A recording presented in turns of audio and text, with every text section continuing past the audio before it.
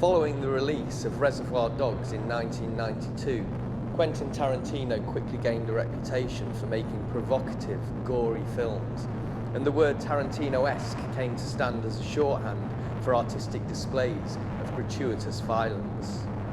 Inglourious Basterds, released in 2009, depicts a group of Jewish outlaws taking revenge for the crimes of the Holocaust and is in many ways typically Tarantino-esque, with Nazis having their scalps cut off and swastikas carved into their foreheads on a regular basis.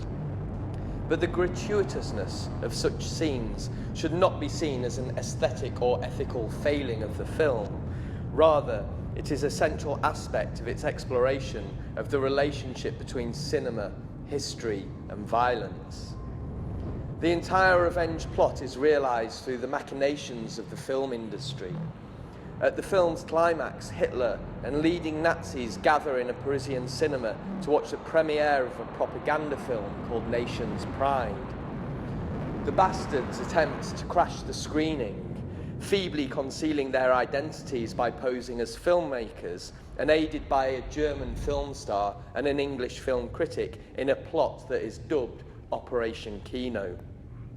As Hitler and his cronies guffaw at Nation's Pride, the cinema's Jewish owner, whose family have all been murdered by the Nazis, suddenly cuts it off and plays a pre-recorded film in which she announces, "My name is Shoshana Dreyfus, and this is the face of Jewish vengeance." Her colleague sets alight a pile of old nitrate film stored in the cinema's basement, and Shoshana's projected image rises from the flames, with the pile of flaking film recalling the tangled bodies of the Nazis' burned victims in a pointed historical reversal. Through a plot where assassins pose as filmmakers and films change the course of history, Inglourious Basterds characterises cinema as a way of projecting meanings and ideologies into reality, as opposed to being a purely representative practice that produces projections of reality. In an interview, Tarantino reflected, "I like the idea that it is the power of cinema that fights the Nazis, but not even as a metaphor, as a literal reality." For Tarantino, the performance of violence thus entails more than just entertainment or escapism. Whether a piece of Nazi propaganda or a Hollywood blockbuster, Inglourious Basterds shows how films have vitality, affecting real lives and societies.